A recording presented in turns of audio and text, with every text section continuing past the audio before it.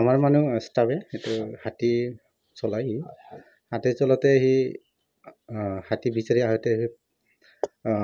যিটো সি গা ধুব বিচাৰিছিল হাতী গা ধুই পেলাই পানীত নামছিল সি পানীত নামোতে ভৰিত চুটকিছিল তেতিয়া পানীৰ পৰা উঠাইছিল মানে নদীত পাইছে নদীটোৰ নামটো কি আছিলে নদীটোৰ নাম হ'ল ৰূপহী হয় এইটো ভূঞাপাৰা ৰেঞ্জ হ'ব ভূঞাপাৰা ৰেঞ্জ আণ্ডাৰত তাৰপিছত বস্তুটো আনি কেম্পলৈকে লৈ তাৰপিছত মোক জনাইছে যে ৰাবাদা কিবা এটা পালোঁ এইটো কি হ'ব পাৰে এইটো ৰাখি দিব এইটো ব্ৰিটিছ আমোলৰ হ'ব পাৰে এইটো ৰাখি থৈ দিলোঁ আৰু পুৰণা বস্তু বুলি হয় হয় যোৱা 3 মাহ আগত আমাৰ ৰূপহী কেম্পৰ মিজিং মুছাহাৰী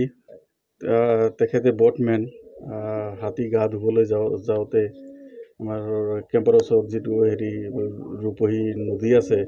তাত চেপেটা ধৰণৰ এটা ইটা পালে অলপ বেলেগ ধৰণৰ বস্তু সেইটো অলপ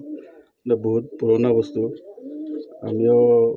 সন্দেহ হয় যেতিয়া আমি পাইছোঁ যদি আৰ্কিঅলজি ডিপাৰ্টমেণ্টক আমি যোগাযোগ কৰিম ইয়াৰ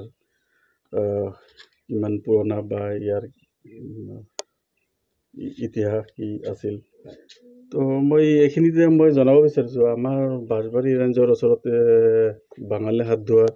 এটা কেম্প আছে তাত দুটা পুখুৰী আছে এই পুখুৰীৰ ওচৰে পাজৰেও এনেকুৱা ৱাল দিয়া আছিল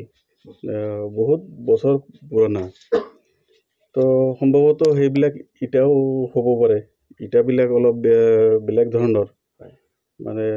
অলপ আমি আৰ্কিঅলজি ডিপাৰ্টমেণ্টৰ লগত যোগাযোগ কৰিম ইয়াৰ তথ্য উদ্ঘাটন কৰিবলৈ থেংক ইউ আগতেও পাইছে এনেকৈ ছাৰ এনেকৈ পাইছিল হয় তাতো পাইছিল আৰু ধৰক ৰজাদিনীয়া কিবা ঐতিহ্য হ'বও পাৰে তেনেকুৱা হয় এনেকুৱা অলপ শুনিছোঁ মই ৰজাদিনীয়া কিবা ইয়াত কেম্প পাতিছিল